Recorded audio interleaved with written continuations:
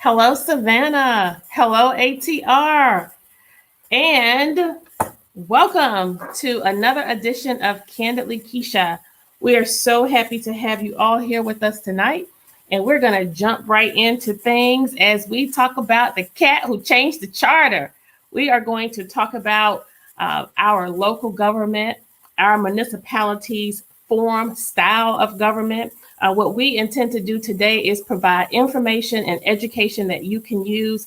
It is my goal to continuously engage the electorate so that you are not only informed, but so that you also are plugged in and participating in the political process. As I stated when I ran for office, we wanted you to come to City Hall with me. And so we want you to see and hear all that I am seeing and hearing so that it makes sense. And we're so fortunate to have platforms like ATR that are allowing us to change the narrative, that are allowing us to shift the dynamic with regard to how the messaging is received and who the messaging is coming from. And so how best is it that it comes from the horse's mouth? So here you are, you have your Alderwoman at Large for Post 1 for the city of Savannah, where I am privileged to serve you tirelessly. And I do it pretty effortlessly also because I love people. And joining me tonight is longtime community advocate, activist, and now the starter of Better Savannah, as well as other community organizations he is a part of. I've known John for well over 20 years. He knew me when. He's kind of watched me evolve, and I want to say that he's also supported me in many of my charitable endeavors over the years. And so, John, yes, I thought fitting Hello. you, a person who has served in local government at the county level, joining with us tonight and help us sort of dissect what we have been dealing with. This is our first year in office. As a matter of fact, this month makes our 14th month in office. And boy, time really does fly and you don't have to be having fun. So we want to jump right in. When we came into office, one of the first things on the agenda, believe it or not, was not tackling poverty or tackling crime. It was changing the charter. And so as a newly elected official, we were tasked with lots of travel. I remember the first month of January and February, we traveled quite a bit from Tifton to Washington in meaningful courses and trainings and conferences, most hosted by GMA, the Georgia Municipal Association, where you learn all about local government, you learn of pitfalls, you learn of things to do and not to do. And so while coming from Tifton, we were a little bit shocked to learn that we were approaching a scenario where there was an attempt to change our charter. So let's start there. Let's start with talking about the charter. You know, we have a play on words with the cat who changed the charter, because we're going to also talk a little bit about the cat situation that we have been experiencing here in Chatham County over the last couple of weeks here. So John, what can you tell us about your experience as county commissioner, and then how that sort of relates to our local government and how they both are essentially married to each other? And when we talk about some of the policy initiatives and some of the things that are needed to sort of change the needle, to move the needle in Savannah, where a lot of our societal issues are concerned, are much like they were way back when, but the players at the table have changed. This is true. And thanks so much for asking me on tonight, Kesha. I appreciate it. Thank you for being here. It's a pleasure. There's not much from my experience, which was 15 years ago, quite a while. That has changed, but the things that remain the same, be it at the city government or the county government, is the ever-present influence of special interests, big business. And I learned pretty quickly in my term that those people were the kingmakers, were the ones that really dictated policy and effort and focus of the county government. And we sure saw a lot of that in the Deloach administration. As a matter of fact, it was raw and unvarnished. And I think it's one of the reasons why the voters so resoundingly rejected the Deloach team or council. So I don't know. The struggle goes on. I think you guys at council, your November 2019 election just sent a shockwave across the community as a mandate. And of course, we've encountered a lot of headwinds, and I see you guys are bucking those winds and trying to deal with them. And I wish you all the best in doing it. So for you, you say our arrival on council is a little bit of a shock to the system of the establishment. With that said, what is it that we are bringing to the table outside of what the electorate has essentially sent us to do? I think one of the first mandates and charges was to invest less in brick and mortar and more in flesh and blood. I like to say to give Savannah a heartbeat. In addition, we were bonding ourselves through the roof for hotels and lots of construction in the downtown, midtown corridors with little regard to our midtown, south side areas and other surrounding areas in Savannah. What is it about our arrival?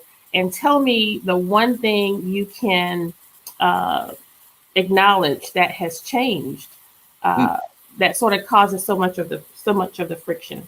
Well, the spirit has changed. The efforts of Summit Council to follow their mandate, to follow their campaign commitments, to undo what you very nicely described as this preoccupation with brick and mortar, the effort and the desire to give Savannah a heartbeat, if I can borrow your lovely expression, is evident. There's an awful lot of resistance to it, and we're only just after year one, and I hope the momentum picks back up and when things get straightened out and you guys do what you were sent to do. But that's the biggest difference is there's a spirit and a sense of optimism with this new city council. It's easy to say, well, they haven't delivered yet. The whole COVID overlay was such a disruption and unfortunate event that you kind of had to put your ambitions on hold. Work is still going on, and some good questions are getting asked, but the ability to get to the heart of many of the key issues in terms of policy haven't happened. So there's a spirit, but it needs to manifest in new policy, better policy that will accomplish exactly what you mentioned, which is to de-emphasize the emerald zone of downtown and the whole hospitality industry, and start caring about and doing more for quality of life in all neighborhoods, not just the, as I call it, the emerald zone. Right. And so with regard to COVID, you highlight that as one of the interruptions. And I like to say, while in as much as COVID is an interruption, I think COVID has served as a convenient excuse for us not to engage in some of the very aggressive and progressive policy initiatives that most of us ran on. And with that said, I hinge on that primarily because essentially, John, what COVID has done is expose pre-existing vulnerabilities, right? It magnified poverty. It magnified crime. It magnified issues related to the small and marginalized businesses that are holding on. It magnified the fact that we have to do better by way of increasing the wages of our citizens, particularly those who work within our hospitality industry. And so while we can say COVID has caused an interruption, I personally feel like most communities who are progressive and who really care about their citizens, they have used COVID and all of what she has brought to communities to actually come out of some of these scenarios and to do better, because it shows us when we are a one-dimensional community, when all of our focus is on tourism and hospitality, we recognize that we cannot afford to put our eggs in one basket. Many of the communities across the nation who relied on a singular funding stream have found themselves more plagued than others. So, with that stated, what harm would it have been to, in tandem, propose policies that are consistent with term limits, propose policies that are consistent with a wage resolution, propose policies that are consistent with helping us to increase or generate additional revenues by looking at how we stagger our hotel motel tax, looking at what we are doing with port and container fees, looking at or exploring pieces related to impact fees for our building industry. So, what are your thoughts there?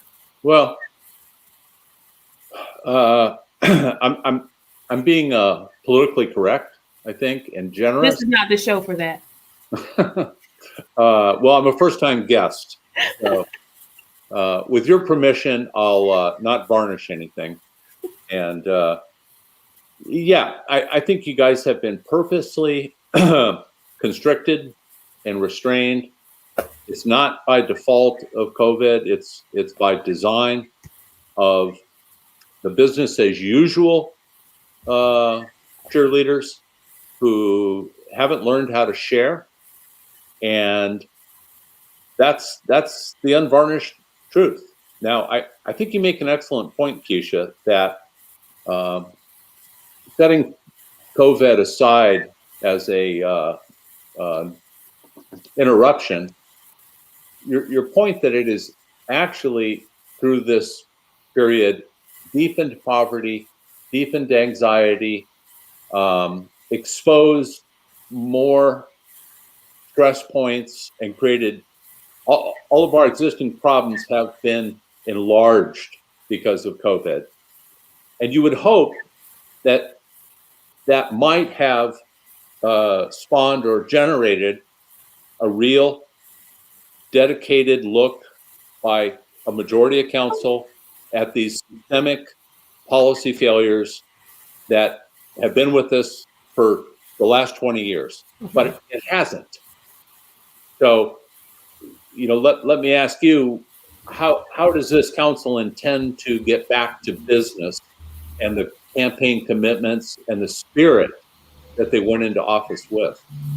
I'm glad you asked. So, the first step for me is to challenge what we have by way of this rules package that was passed by the majority on council. It was a 5-4 vote to adopt this package that was consistent with essentially a backdoor into changing the charter. And so, when you ask me, what do we expect to do? You have to ask again, or we have to go back to the style and the form of government. In order to change anything, in order to get any policy or legislation considered or passed, it first starts with a presentation. And we have essentially been crippled with regard to that presentation, in that we are disallowed from presenting items for the agenda. Now, I do intend to try again, but during our last year, what we did was we proposed various initiatives that were very aggressive and they were policy driven. And what we wanted to do was be consistent with the things we stated we would do on the campaign trail. When it comes to acquiring or arriving at affordable housing, when it comes to moving the needle for uh, increasing wages, we know by way of the Georgia state statute, there is not much that we can do to change the statute for minimum wage, where Savannah is concerned, or any city for that matter in our state. But what we can do is we can use our influence and we can use our power to encourage those who do business with us and who rely on our local government to pay those individuals who are working in these low wage situations better. In addition, particularly those who are acquiring our bond dollars, we can establish policies that are consistent with, if we extend this bond to you to build this hotel, everyone who works here that cleans toilets and makes bed, you have to start them off with $15 an hour. We want you to hire people for the front of your house from Savannah. So those are all missed opportunities from in previous administrations who gave no regard to those who are the backbone, essentially, of the hospitality industry. Other things are consistent with just doing more for our community centers, doing more for our charitable nonprofits. This budget is the first one that we own, the 2021 budget, and it is barely reflective of anything remotely close to what we campaigned on, because it's been captured and held hostage in so many ways. And so we're going to dissect that budget continuously as we go about in this year. Well, do you remember this? Yes, I do. I have nightmares about that. For your viewing audience, what this is a 20-page planning document of the wishes and desires and the priorities of this council as outlined a year ago, January of 2020, in a 2.5-day symposium of the new council. Mm-hmm.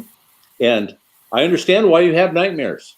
If you look through the focus points and touch points, whether they're big, medium, or small, this council has abandoned that. Now, I know I'm speaking council in the generalist of terms, but you guys are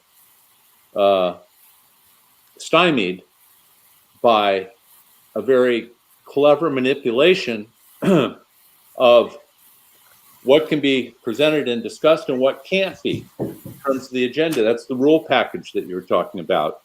And if you like, I have researched on the internet the top 13 cities in the state of Georgia for how their charters address getting an item on the agenda. Okay. And I'll just go through this very quickly. I've set Atlanta. Atlanta is not part of this because of its size, but this is a combined county of Augusta, Richmond, and this is rules of procedure, section 1-2-13. Any member of the council commission shall have the right to place an item on the agenda for discussion or action if timely submitted. Columbus, Muskogee, section 2.3 of their charter, rules of procedure.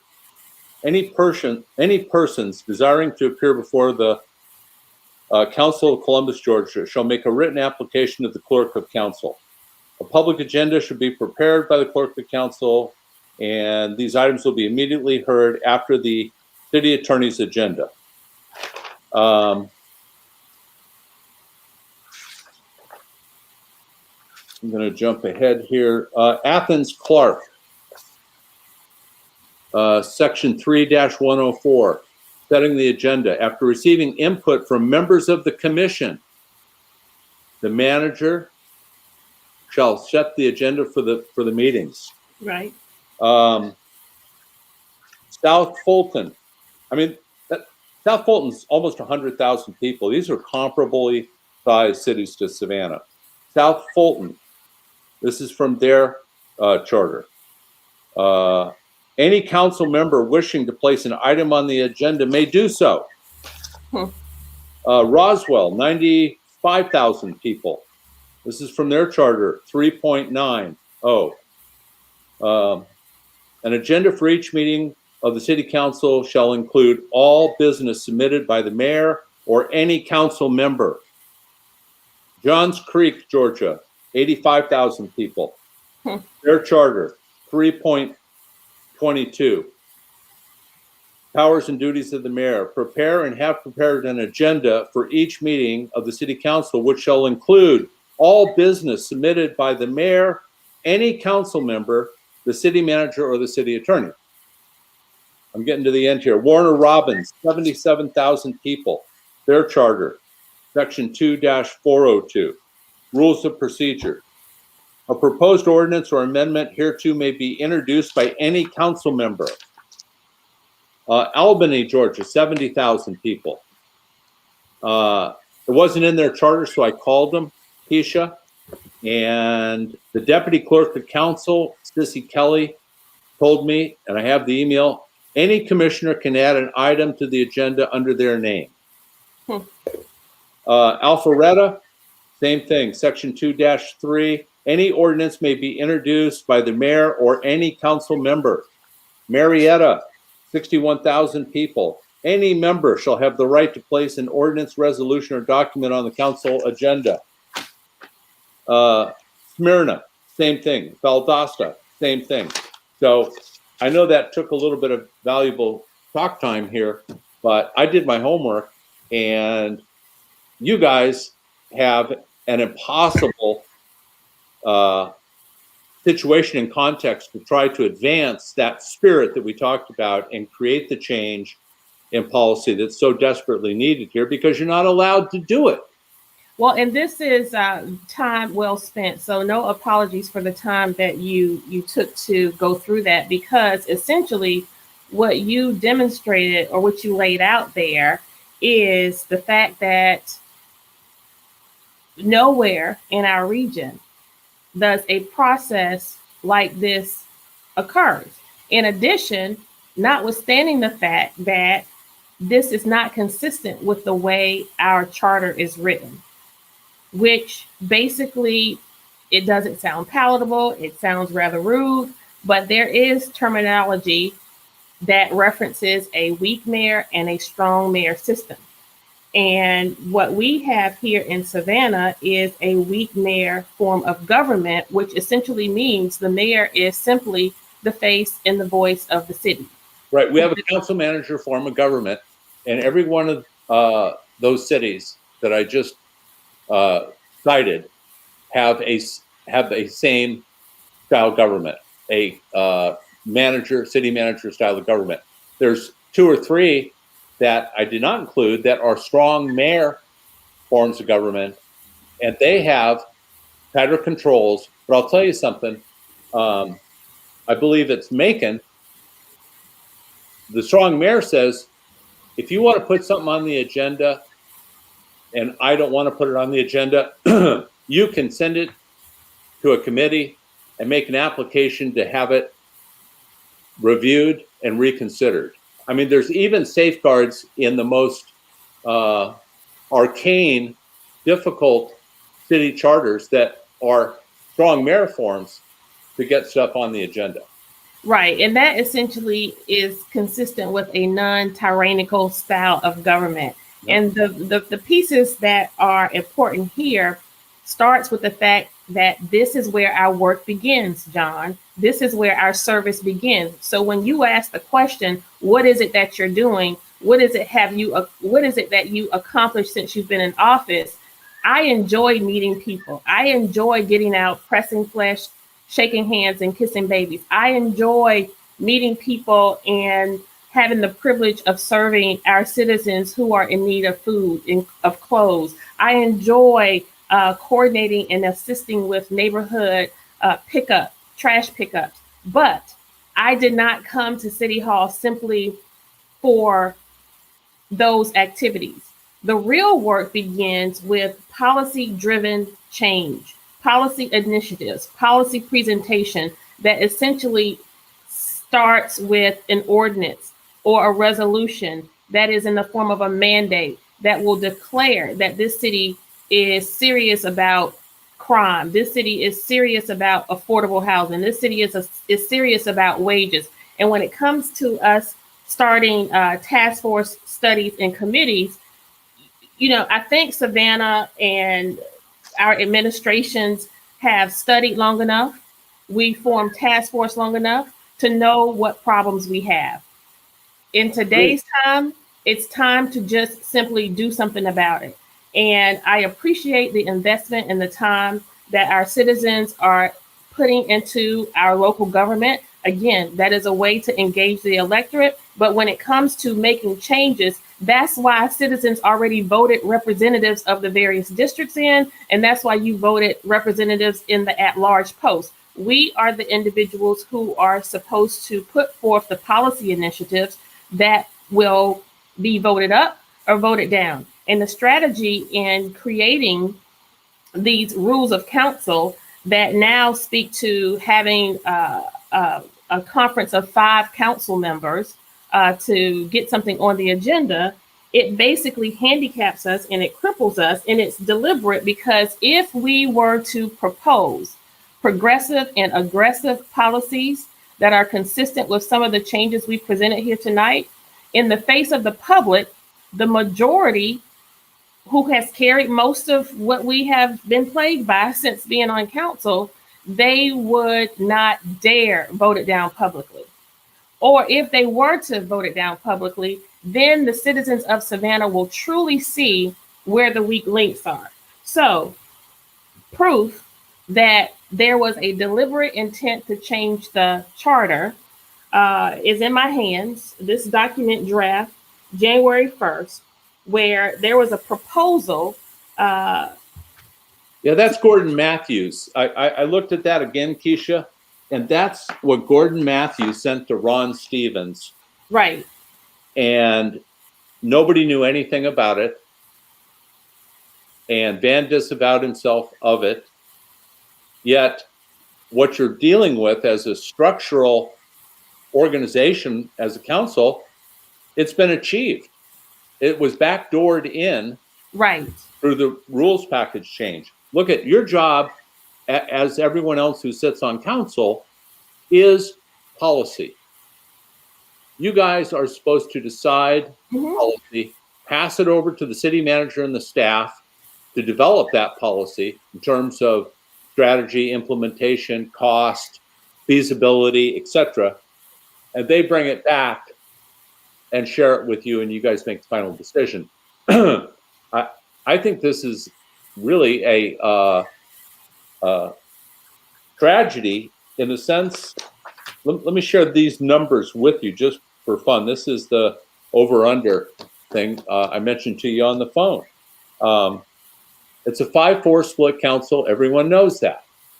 What people may not know, and they should know, is that Van and his 4 associates on council got a combined total of 25,717 votes in the city elections a year ago. You 4 on council got 30,868 votes. You guys, essentially the minority side of council, got. And that's Renata, Estella, Alicia, and myself. Correct. You total up your votes, you guys have 17% more votes than those who are the majority and the controlling faction on the current city council. That's not equitable. That's not right. And I don't think people understand that. We may have to wait until the next election cycle, Kesha, to straighten this out. Because I can't think or imagine anything short of somebody talking sense to the other side saying 5 votes to get something on the agenda when the top 12 cities in the state don't have that threshold. Anybody can put anything on. That's onerous. That's too high a bar. It's unfair. It's undemocratic. It is chilling. It is retarding the policy that we want to discuss.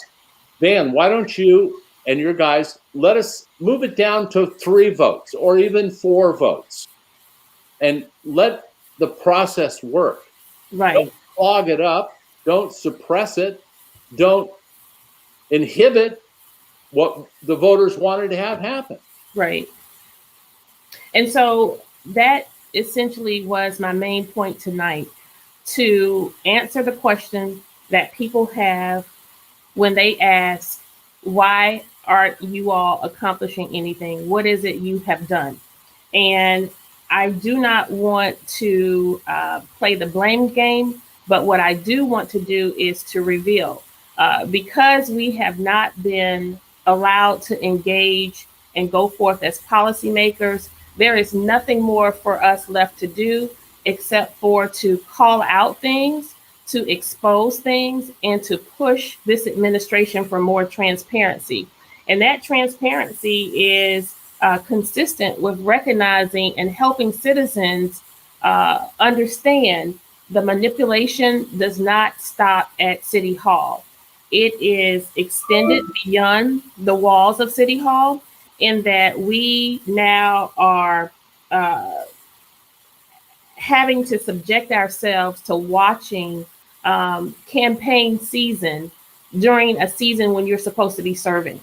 And so all of the task force, essentially, I will tell you again how grateful I am to those individuals, but be mindful that you are not being used as ad hoc campaign members and managers during the next election cycle. You have $5,000 of the 2021 budget, $5,000 budgeted for lunches for the task force meetings. And get this one, $5,000 budgeted for a media breakfast. No wonder it's so one-sided. They come pretty cheap also. And so the role, again, of the older persons are essentially to serve our communities in various capacities, assuring that we are responsive. Hello, Pastor Small. Hey. Welcome, sir. Welcome, sir. We're getting to the good stuff. And so while our duties and responsibilities are not relegated simply to being responsive for things like street lights that are out, potholes, or trash pickup that has been missed, a car that needs to be towed, whatever those issues are, we are grateful to be able to respond to those calls when businesses are violating ordinances related to noise. We want to be available. I think one of the things that we all have in common and that we all can agree with is that this has been collectively one of the most responsive councils in recent time to everyday basic needs and issues that people are having. But when it comes down to those real core decisions, those real policy issues, the important things, that's what we want to focus on. And so I just don't want people to get caught up in the madness of the messaging. I don't want people to be easily manipulated and swayed. And it is my goal to help citizens really and truly understand what it is we're doing here and how they can play a role. Pastor Small, you have been on the front lines of activism in the city of Savannah for decades. You have personally financed campaigns of elected officials. You supported them in various capacities, in office, out of office, and becoming reelected. Tell us from your experience and for what you are seeing. And I remember having a conversation with you, how excited you were that we looked like and we represented the change that Savannah needed. What happened? First of all, I appreciate you having me on the show. Secondly, hey John, how you? Hey, Leonard, good to see you, man. Good to see you always. And he and I go back decades. So, but I want you to understand something. What I said after your first, maybe a second meeting last January, when you all were frustrated trying to put items on the agenda. And I said this both to you all personally and to some of the other people who are on council who are helping block it, who I helped get elected. Dietrich Leggett, Linda, I called them. I said this, too sweet. They knew early on that this thing about them blocking you all from putting things on the agenda, first of all, never happened before you guys got on this council, this administration. Never happened before. I've been going down to city council for decades, like I've just said. And I was astonished when they came up with, we won't let you put things on the agenda, and you were elected, particularly you and Alicia, at large. Alicia got more votes than anybody else running at large. You were second. Van was third. That's the facts. And like John pointed out, the amount of votes that you and Estella, Renetta, and Alicia got was way more than the votes the other 5 people got. So 4 people got more votes by far than 5. And then they immediately blackballed you into a corner and kept you from being able to put anything on the agenda. And a lot of times people are saying, well, why don't they be quiet? Why don't they try to get along? You cannot get along when you're being oppressed unfairly. That's never a time for you to get quiet. This nation was founded when people said that because they were being oppressed, they were being cheated, they were being taxed without representation. That's the time you are compelled, if you have any gumption in you, worthwhile as a human being, then you are compelled to try to overthrow your tyrant or the despot who is treating you harmfully. And this is the first council, and I've been going to council for 40 years, since Bo C. Ford, the first Black man, sat at city council. Never has it been a situation where any alderman could not put an item on the agenda to be heard by all the council and then voted up or down. And you know, the thing about that, Pastor, thank you so much for pointing this out. I can take a L. And hearing you say out loud the rationale that we probably go through and how it's received once it comes out of the Gold Dome. Mm-hmm. When you know the rules, when you are in the game and you are signed up to play the game by the rules, and someone cheats mm-hmm. and pulls the carpet from under you, that's pretty frustrating. And so I can take a L all day long. I can take a loss. I'm really and truly, I think the real problem that I have with all of this is that I'm really not very competitive. I just like to just go along and do what's right and follow the rules. But what we are faced with is I earned a right to be in the game. Amen. I earned a right. That's right. I took out the head of the beast. I fought very hard to be in this seat, but I didn't fight to be in this seat for myself. I fought because an electorate sent me with a mandate, and now to have that rug pulled from under me, it's a little difficult to stand in the face of no all the time. And so if you just let me put forth the policy or initiate the presentation of such and say no, just vote it down. Yes. Simply vote it down. Thank you for bringing that out. Kesha, what is so impossible about asking Van and his side to reduce the standard by consent of council to 3 or 4?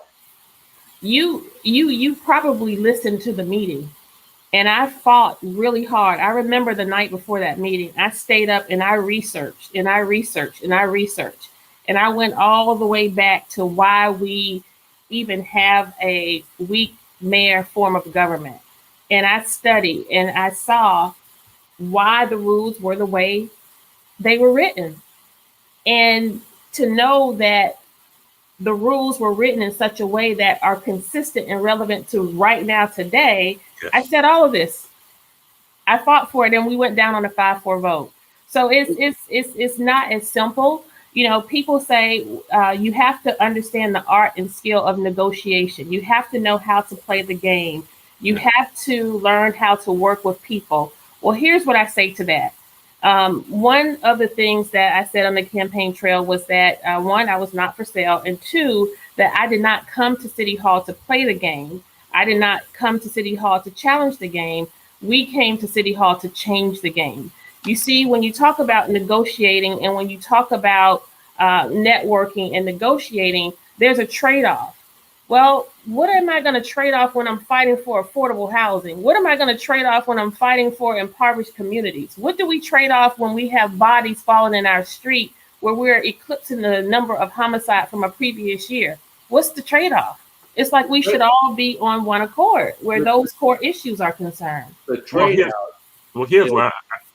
90% of the general public, of the voters in the city of Savannah, would stand behind you guys and say 3 or 4 instead of 5 to get an item on the agenda is reasonable and it should happen. Well, here's the difficulty. If you're dealing with an unreasonable circumstance, we saw it when Barack was elected, and once the Republicans took over the Senate, after he'd been in there 2 years, obstruction kept them from doing anything in their agenda. Now, here's the difficulty. When you've got a head of a circumstance who, by hook or crook, is willing to freeze you. Right now, there are 4 aldermen right, that have been elected, 2 of them at large, are basically blackballed on council. He's running, and the rubber meets the road. You have to, when you're the head, like I am the head of Litway, whatever happens at Litway Baptist Church, that happens, and people will say this over at Pastor Smalls' church. Now, right now, Van Johnson is the mayor of the city of Savannah. I have no animus against Van Johnson. I do have problems with what he does. And here's the difficulty. When you run it like it's a dictatorship rather than a deliberative form of counsel, which is what it's supposed to be. When you are choking off 4 people who came there with a heart to help more than 50% of the population of the community, then we're going to get things like 22 people are promoted to corporal and only 2 of them African Americans. 17 promoted to sergeant and only 3 of them African Americans. And somebody said, well, maybe they didn't take the test right. That's not the issue. What people need to understand is that once you pass the test, the promotions are still discretionary. And so what I need people to understand is these young ladies, not necessarily all that young, but these ladies are on council. They came with a purpose and an agenda that was selfless. It's not about them. No one's questioning their agenda. The voters honestly believe that these individuals are committed, sincere, heartfelt, and not in it to go to dinners or lunches or anything else. They're true spirit warriors that want to make positive change in our community. They're being prohibited from doing that. That's it. Okay, that's not right. That's not fair. My point, and I'm going to step back here as a citizen voter. I don't want to see 3 more years. No. Of detention. So a compromise of notching down the requirements to let them address the issues that are so important that they campaign so well on to 3, 4 if it has to be 4, puts the ball on the other court, and they can't handle that ball, Leonard. Yeah, yeah. And for those of you who don't understand the fact that John calls me Leonard rather than Reverend Small or Dr. Small, all that stuff, y'all get over it. Am I Okay? forgiven? No, would you sweat change that up right Y'all now. get over it. We've been knowing each other since time started. Okay. So I need people to understand this. If we don't do something of that nature, if we don't get the agenda and the items on the agenda, then we can't change the policy. Exactly. You know what's been happening. I want everybody to slow down and listen to this. What has been done in the last 14 months that has helped lift folks out of poverty, relieve folks from suffering? What initiative? We brought these new people in. The last council took away money from the Boys Club, Rape Crisis Center, where Kesha used to be, the Frank Callis Boys Club, May Street Y, the food bank. I mean, things that these are no-brainers. These are no-brainers. Now, then we asked months ago, 6-7 months ago, for a piece of land that's controlled by the city to be given to the inner city, the night shelter, so that they can expand and help more homeless people. Yeah. How can that not be voted for? How could that not have been on because there's some last minute maneuvering for a developer that's hanging out in the wings. I'll assure you that, but we're going to fight for that, just like we're going to fight for Salvation Army. And speaking of change and challenges, you know, our title for tonight is The Cat Who Changed the Charter. And that was a play on words. I thought that was kind of cute. Well, just then, gentlemen, I have some breaking news from Bakara Malden's attorney, Buckley Bill. And so I stated to her when all this was going down, I said, you know, less than what they say you did and what they say you didn't do, less than the irresponsible misstep in putting a person back on the board who had already served 2 terms, less than having 2 members of that board vote you out who didn't know you more than 20 minutes. You know, and that's the stretch. It probably was maybe 2 hours. This is more about money and politics and the fact that you stepped on the toes of these attorneys at Buhan Falligan. This is about that. This is about the big dogs.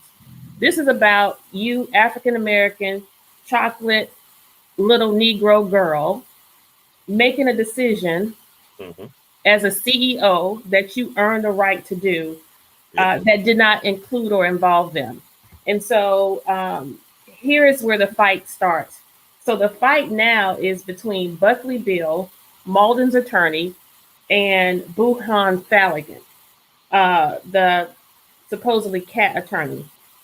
So Mr. Buckley writes, "Dear Mr. Butler, I am in receipt of your letter of February 4th, 2021. I noticed that you have signed this letter as legal counsel of the Chatham Area Transit Authority.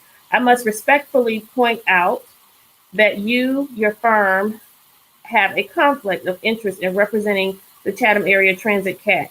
Specifically, as you know, CAT went through a process for appointing its general counsel. With respect to that matter, your firm was ranked 4th among the candidates for the general counsel position. Jackson Lewis PC was ranked 1st. Even though the CAT board improperly sought to appoint your firm, Jackson Lewis filed a timely vendor protest, and Ms. Malden, pursuant to Chapter 5, Paragraph J of CAT's Procurement Policies and Procedures Manual, let's turn this around so I can see. My eyeglasses are not working today, y'all. Issued a written decision that was final and binding on the agency's finding that the contract should be properly awarded to Jackson Lewis. That contract being in place and your firm's status with respect to that procedure being an issue, you have a direct conflict of interest. You cannot advocate in court for a contract with your firm during a whistleblower case which challenges the decision to appoint your firm. I respectfully suggest that you withdraw from representation of Kat. Secondly, with respect to Ms. Odell, we disagree with your characterization of her seconding the motion in the Roberts Rules of Order and of your opinion that notwithstanding Ms. Odell's illegitimate status in executive session and during the vote on Ms. Malden's retention, the board approved the motion by a 5-3 majority. First, it is important to note that Ms. Odell was an interloper in the executive session and tainted the executive session from the start by disparaging Ms. Malden. She disparaged her credentials, she disparaged her qualifications for the job. That commentary should not have been heard in executive session. Second, pursuant to Robert's Rules of Order, a main motion of resolution proposed by a single member always needs a second. Amen. In this instance, Ms. Odell being the person who seconded the motion and not even being entitled or qualified to second the motion tainted the process. Of interest too is the fact that Mr. Lakakis, a legitimate board member, was not notified of the meeting and did not have any opportunity to vote. Thus, it is our position that the entire process was tainted. Ms. Malden has not been terminated and entitled to continue working for CAT.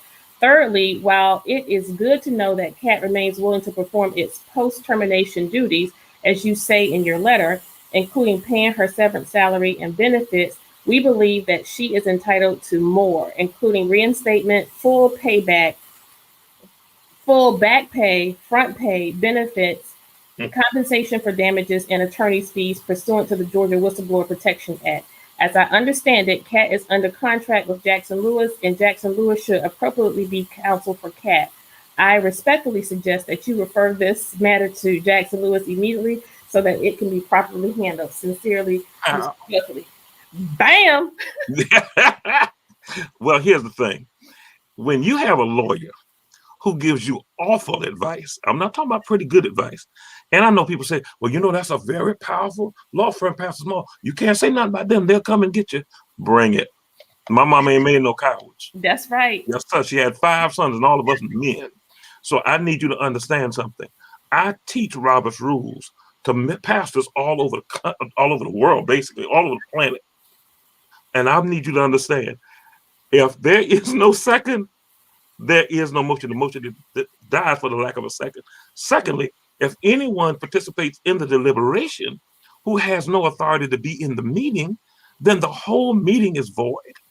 Because now you have a fruit from a rotten tree. You can't eat that. And so what most people need to understand is, and then they make the great, I mean, this is huge to me because I've been in the process of many, many lawsuits. And you need to hear this with your big ears.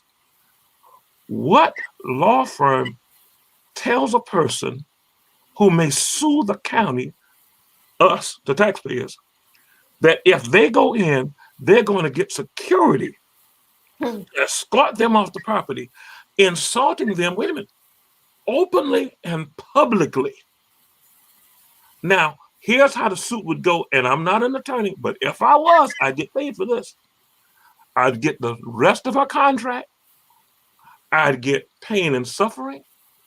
I'd get future damages because this episode that you all contrived may have an impact on her ability to take her phenomenal skills and go be reemployed somewhere else because she's coming out of stupid drama that's not her fault, was not participated by her, and was done illegal. They are those statements by Jack's, by the Bowen attorneys. Those statements are arbitrary and capricious and will cost the taxpayers of Chatham County big money. Maybe I don't know what I'm talking about. Maybe I don't. But I've been around here a minute. It sounds like you do. John, you want to weigh in? I know chicken from Fatback. You can't fool me. Yeah. I just want to say that, at one time I was a CAT board member. That's right. On the county commission. And we thought the system was struggling back then. In hindsight, it would probably run pretty well. And the new voices on the CAT board have been refreshing.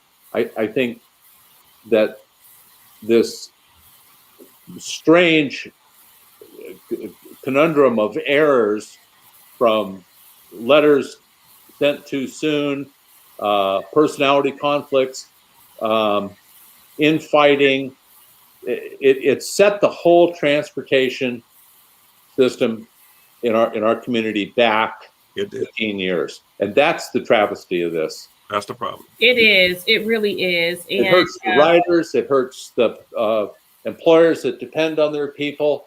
We were finally recognizing and giving transit the importance or stature that it deserves in a modern, growing place like Savannah, Chatham County.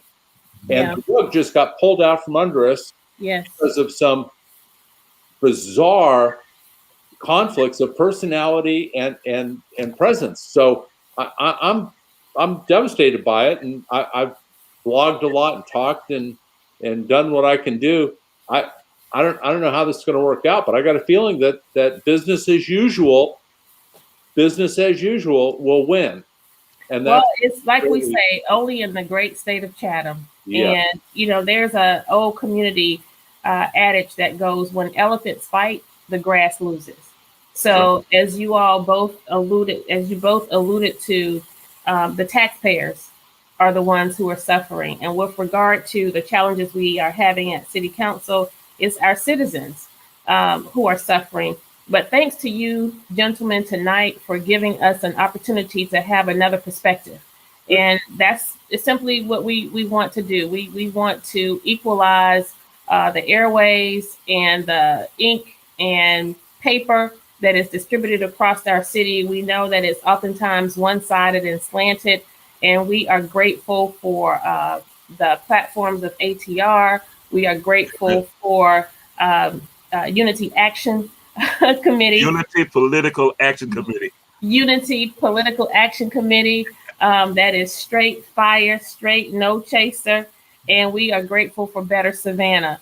Guys, you all have been intrepid community servants, and you have been so good to us on council.